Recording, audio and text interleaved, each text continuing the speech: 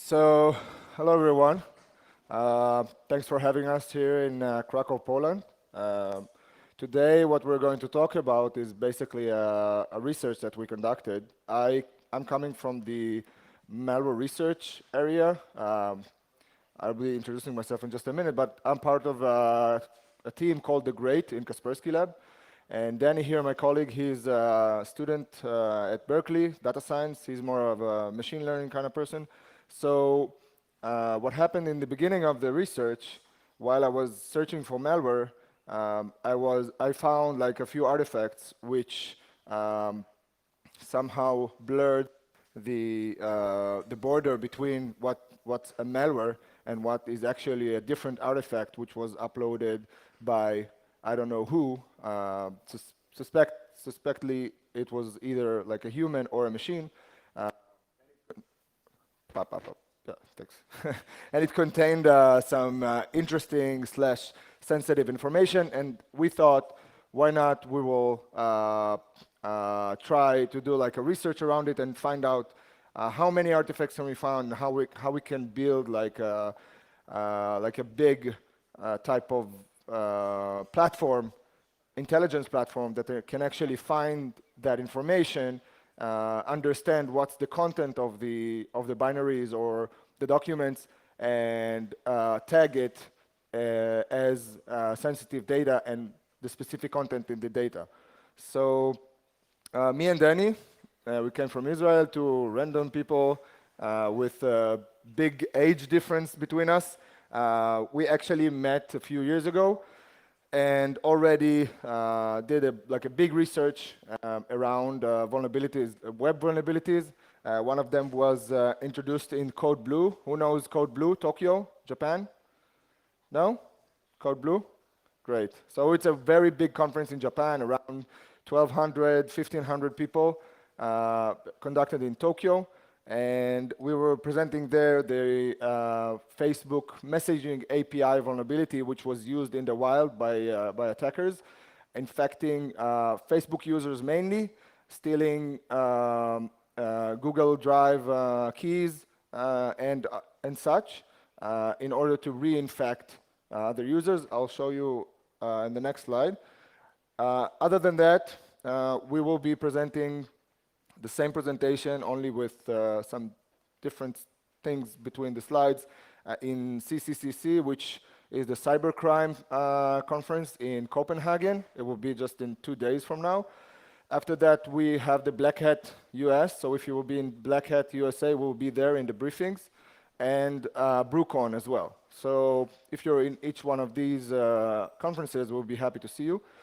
We are also the founders of Virus Bay. Anyone knows what Virus Bay is? Virus Bay?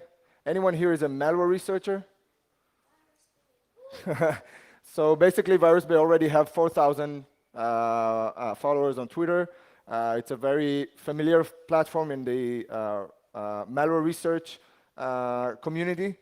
We have around 1,500 malware researchers from all around the world, including big companies such as Kaspersky Lab, for example, FireEye, Mandiant, Symantec, you name it. Also, we have almost 20, 25 CERT teams, above 100 SOC teams. So it's a very robust and with a variety of professional people. So you can either follow us over Twitter, or you can actually visit the website, which is beta.virusbay.io. And if you want to be invited, because you cannot register at the moment, you will have to tweet on Twitter so we can understand that you want an invite code, and we will give you one. So a little word about Israel before we go forward. Basically, what you see in the picture is Tel Aviv. I don't know if you know Tel Aviv, one of the wonders of the world, in my opinion. If you ever visited Tel Aviv or even Israel, you probably like it, so we invite you to Israel. Next big thing that we did was winning the Eurovision. Anyone seen the Eurovision? Knows what version? Anyone knows which song this is? What? So you rush to YouTube and see it, because we're number one in the song contests. So not only in song contests, but we could always say like, oh, we are a cyber nation and stuff like that. But hey, songs are hard to write and to perform. So I think it's something to be proud of. And in soccer, less. We won't be in FIFA in Russia 2018. So bad luck for us. I think we used to combat Brazil and France every FIFA, right? No, no, not really. We're not very good at soccer, but we have the song contest on our side, so we're good. Regarding Facebook, I just mentioned the vulnerability in the Facebook API in 2016, but it was something that actually um, brought us together and made us think that there are stuff that we need to look for which are other than malware. And we're going to show you specifically how the research was conducted and what we found. Basically, what happened in that research, if you want to go read about it, it's called Tag Me If You Can. We have YouTube, it's on YouTube from Code Blue, and you can also read it in the Kaspersky blog. But basically, people were infected through a notification which arrived to their Facebook profile, and that was because the attackers somehow exploited an ID which was placed in a messaging blob on a third-party website with an ID which is actually part of the Facebook website.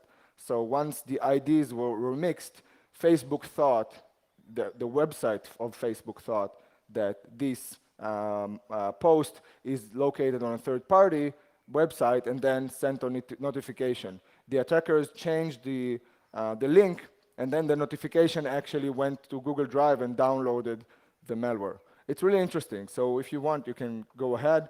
And we'll be rushing into our specific research today. A little disclaimer. We are here to show things which are there for years. So for years and years, there is sensitive data going on a lot of data sources. We're just going to give you a peek into what we saw and how we built a platform around it.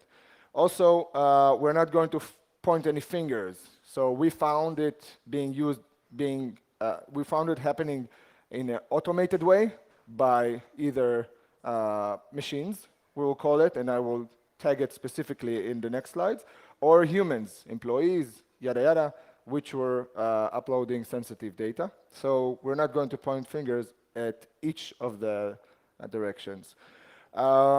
Specifically to those of you who work in organization, online sandboxes, and I think sandboxes and multi-scanners are very bad for an organization. And when I'm saying online sandboxes and multi-scanners, you probably know what I'm talking about.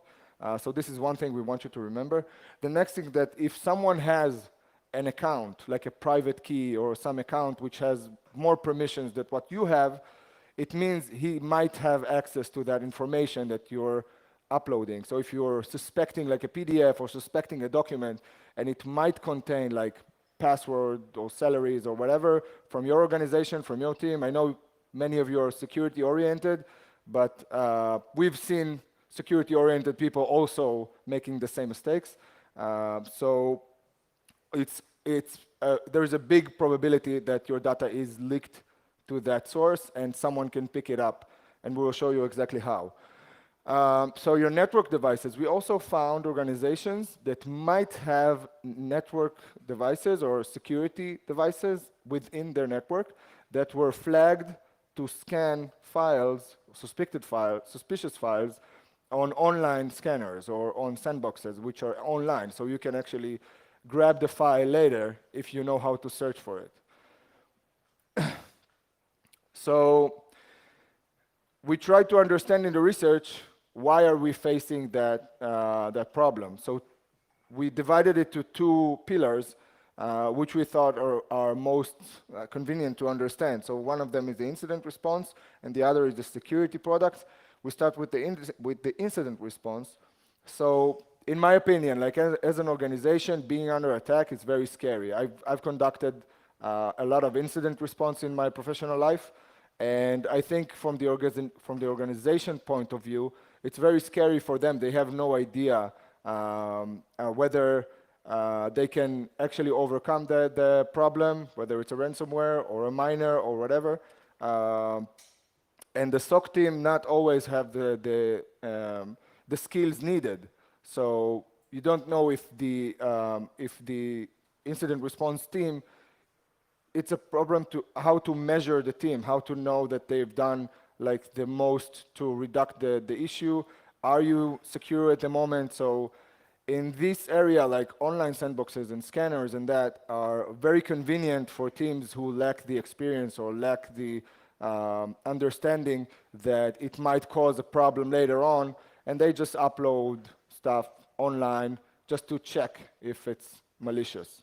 In the security products area, it was actually very surprising to see that, you know, it's very obvious to see like an employee or SOC team or whatever, without pointing fingers, that is making a mistake uploading some files to online scanners, but security products are doing it as well.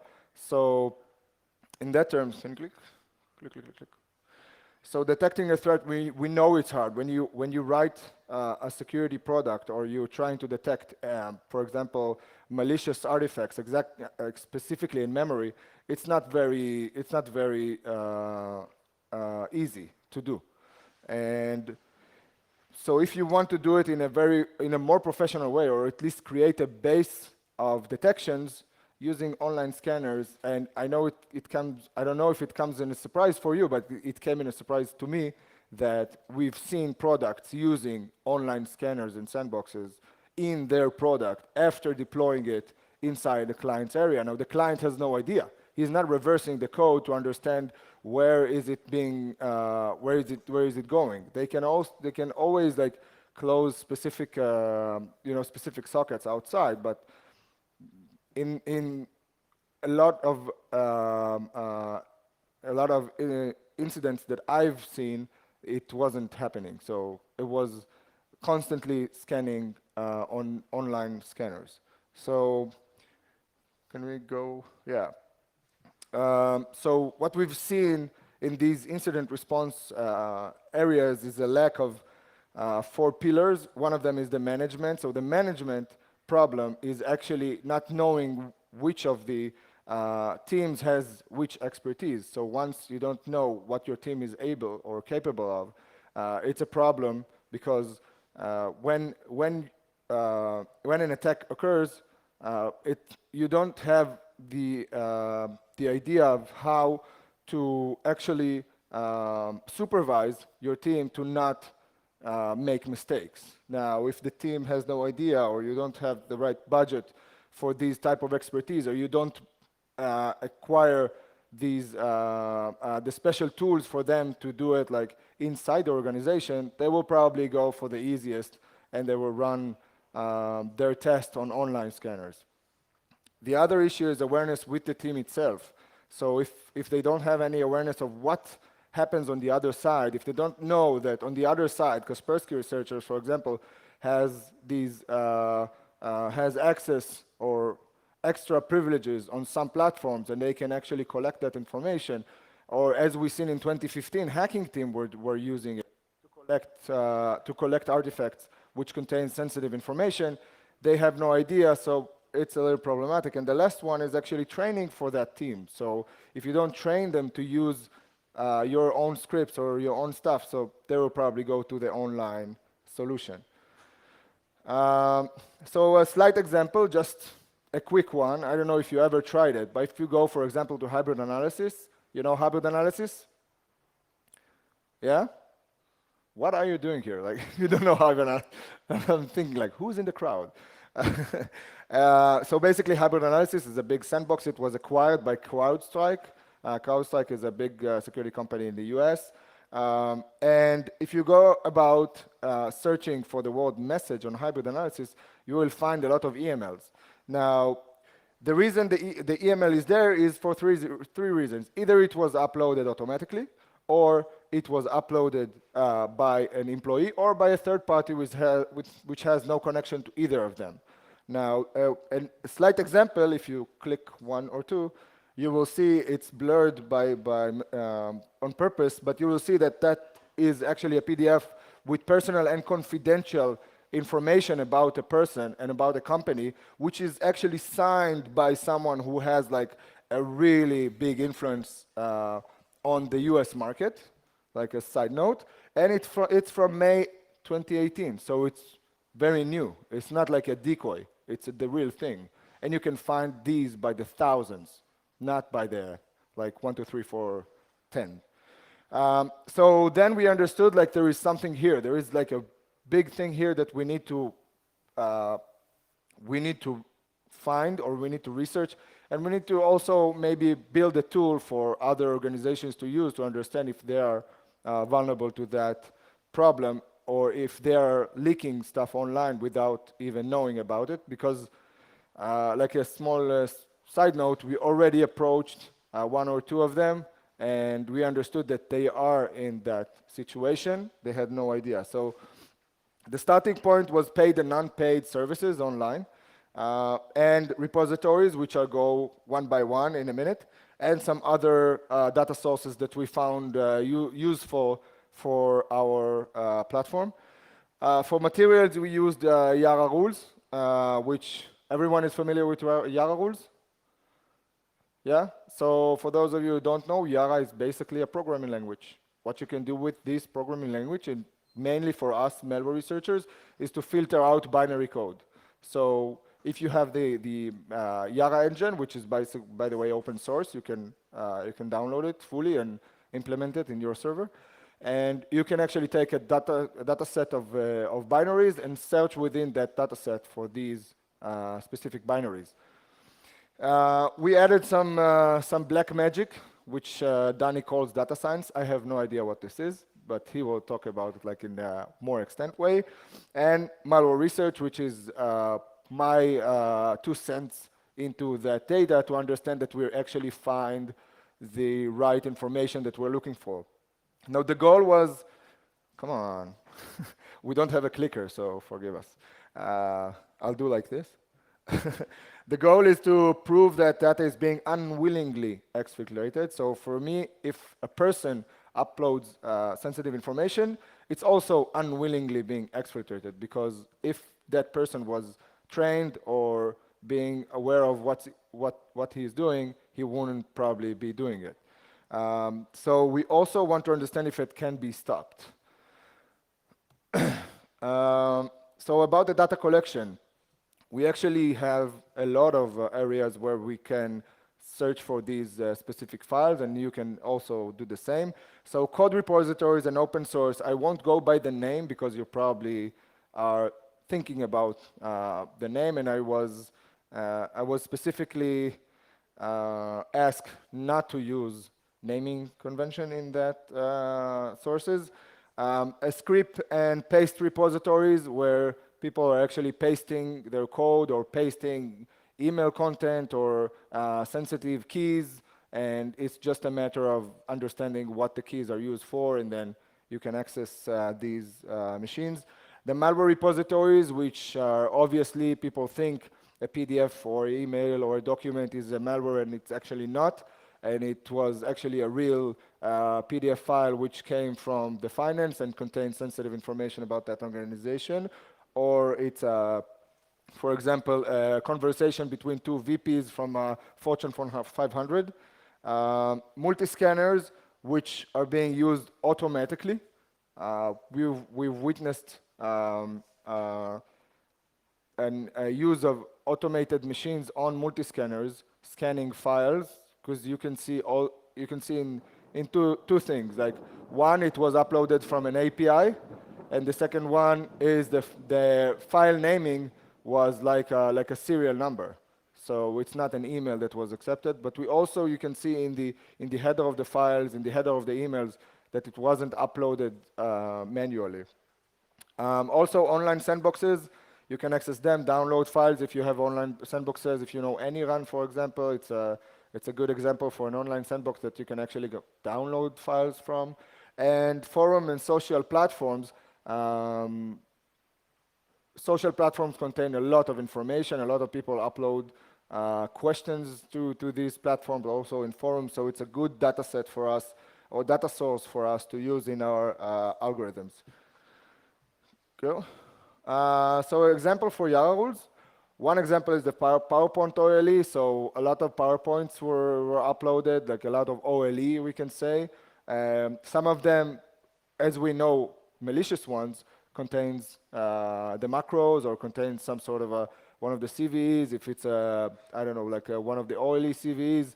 But if it doesn't, and it doesn't have any positives on the multiscanner, so we know this file might not contain malicious content and maybe contains any sensitive information. Now, of course, we haven't opened each one of them to look at it. I just called Dani. He worked his black magic, and we can actually automate the process. Also in EMLs, Outlook files, and private keys and scripts, and we have, I think, dozens of those Yara rules that we use throughout the research. In addition to speed up the process, we use the AWS Lambda. Anyone knows AWS Lambda? So it's being used as a serverless instead of opening like a new server, so you can use AWS Lambda. It's very fast.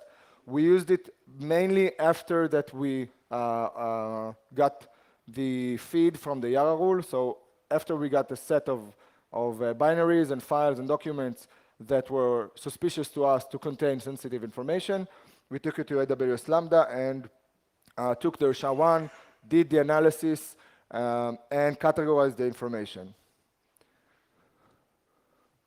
Black magic time. Get ready. Hi. Can you hear me? Yeah. Let's wait for it to be over for a sec. All right, so a brief overview of the architecture we had is we used Lambda like Ido showed you. So we basically, every 12 hours, we would collect all the data from the sources that we have. We would download all the samples and move them to a group of workers that would parse all the EMLs, take all the data out, put it in one of our databases. And then from there,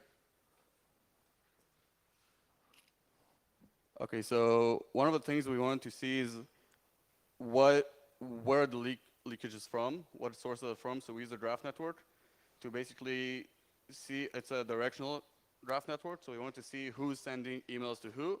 And you can see that's just like 10% of all the data we had. And you can already see there's about 5 big clusters that the middle, like in each cluster, you can see the middle points. So they're mostly the source of the leak. And we found about 250 of these sources, which are companies from Fortune 500 to Fortune 1000 companies. It's global. You can see the map. We thought maybe it's like maybe one area in the world where they're using some specific product, but we found out that it's spread worldwide. So first part, we took the email and the subject. We wanted to, most emails had a bunch of HTML in them and other tokens that we couldn't use. So we used Apache Spark. So it would take us about an hour to parse 50,000 emails instead of days. We would extract the URLs, IP addresses, and emails from each one of them. And we basically get a list. We get an object for each one, get a small list of all the important things we had in there. We used NLTK, which is a pretty nice Python library for natural language processing. So we would just do stemming, which will take the stem from each word instead of taking the word itself, take out the English stop words and punctuation, and remove all the tokens that we couldn't parse.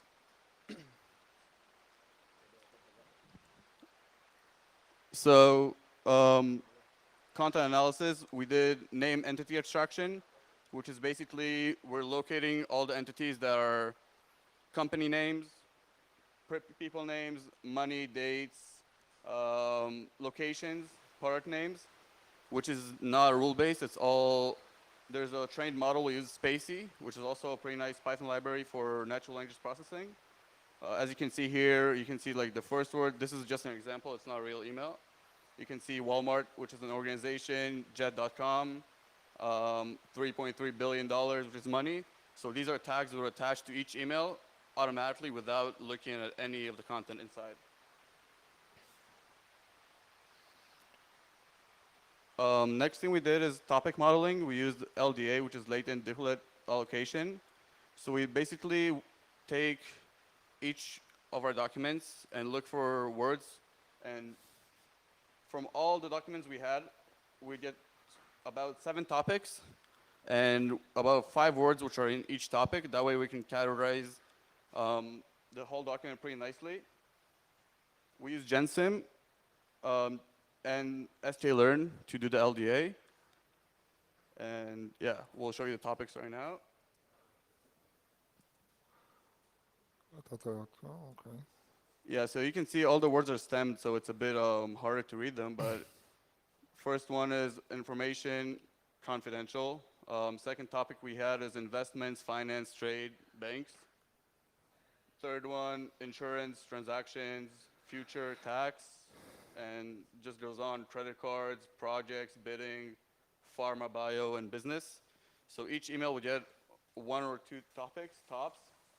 And you can see these are pretty serious things in terms of trading, bank information. With name entity abstraction, we also get roles, which is like CEO, president, and you can understand that it's. Yeah, for example, we found in one of the files a big real estate company from China, which they were about to go on their IPO, and we read the file a week before they were actually going out to the IPO. So this is like super, super, super 10 times super sensitive data, which we had no idea how it came there, but we're 99% sure no human has uploaded that information. So that is just like the tip of the iceberg of what we could find. Okay, so next thing we want to know where the leak's coming from. There is a bunch of products. Each email had their own headers. Each company has a bunch of security products adding their own headers on the way in each layer. So again, we use some data science for that in order not to go through thousands and thousands of headers manually. So we used TF-IDF, which is term frequency inverse document frequency, basically filtering out the words that are relevant. Out of all the headers, we split the headers by the dash, took out all the common headers. So we got a pretty nice vector for each document of which headers might be relevant. Using k-means to cluster it. So basically, we wanted to know how the things are spread out by distance between them. We use cosine similarity as a distance metric. You can see a small graph. This is just a representation. And right there, you can already see that there's 3 clusters, each one a different color, which are 3 different security products which are leaking those emails. Yeah, so as Ido said before, recapping everything, online sandboxes, online malware repositories, things that are pretty trivial and a bunch of products they're using are very dangerous. You have no idea what they're leaking out. And if you pay some pretty good money to these products, they'll give you nice access and nice way to filter information out, like using YARA rules to filter EMLs, which have 0 positive detections. And check your devices. Make sure the flags for scanning outside are off. So actually, one last thing, we brought some swags over here. Within that capsule, there is this shirt and some stickers. Some of them are over here. So if you want to come grab one, go ahead. And if you have any questions regarding the research, feel free to either ask us now or just approach the stage. So thank you.